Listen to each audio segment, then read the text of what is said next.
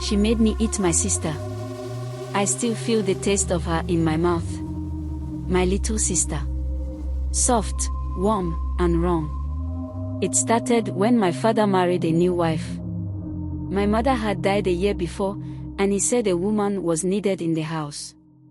Someone to cook, clean, and take care of me and my baby sister, Abeni.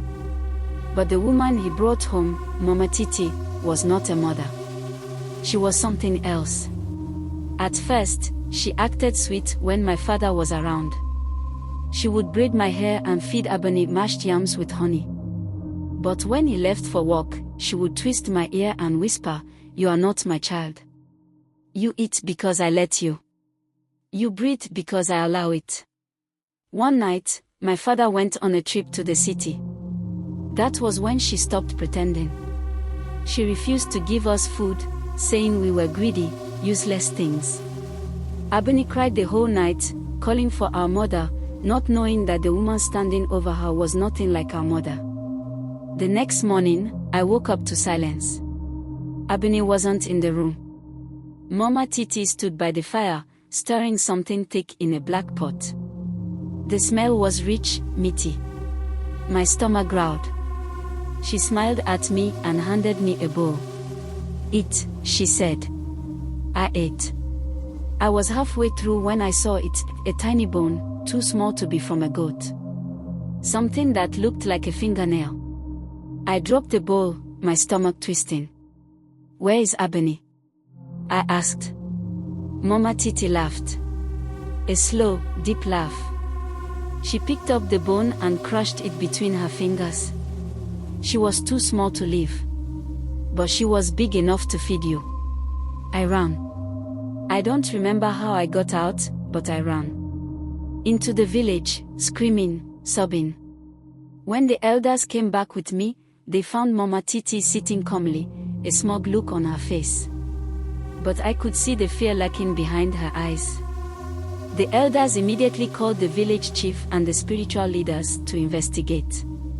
My father never came home again.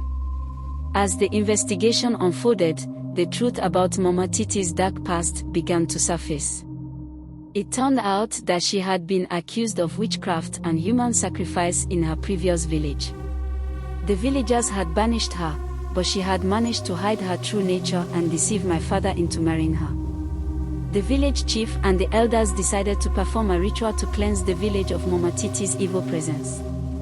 They tied her up and took her to the outskirts of the village, where they performed a purification ritual to rid her of the dark spirits that had consumed her. But that wasn't enough. The villagers demanded justice for Abeni's murder. The village chief and the elders decided to put Mama Titi on trial. The trial was a somber affair, with the entire village in attendance. Mama Titi was found guilty of murder, witchcraft, and human sacrifice. The villagers sentenced her to life imprisonment, but with a twist.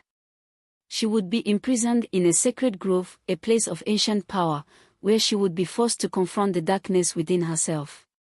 As for me, I was taken in by a kind family in the village, who raised me as one of their own. I grew up to be a strong and brave woman, determined to make sure that no one else would suffer the same fate as my sister Abeni. Years later, I would return to the sacred grove, where Mama Titi was still imprisoned.